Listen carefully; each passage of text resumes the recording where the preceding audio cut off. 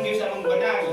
Ipinapanalangin ko na bigyan mo siya, Panginoon, ng malusog na pangatawan, ilayo sa mga sakit karamdaman, at dalangin ko ang batang ito, gamitin mo maging pagpapala sa kanyang pamilya.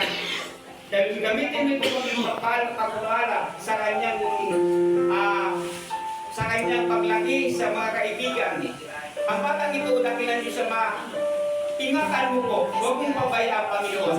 Ang batang ito na dakilan niyo, paglaki ng Lord, gamitin mo rin po siya na maglingkod sa isang church na ito, Panginoon Diyos Ama. Ang batang ito lumaki na maging matalino. Lumaki ito na maging mabait. Lumaki ito, Panginoon, na magalang sa magulang. Lumaki ito, Panginoon Diyos Ama, ayon sa kalooban mo. Kaya sa kamay ko, pinagkakatiwala ko ang buhay ninyo na ginsakinan niyo sa mga. Talagang kakangil sa langit na magpapantay sa Kanya. Ingatan mo ninyo na ginsakinan niyo sa mga.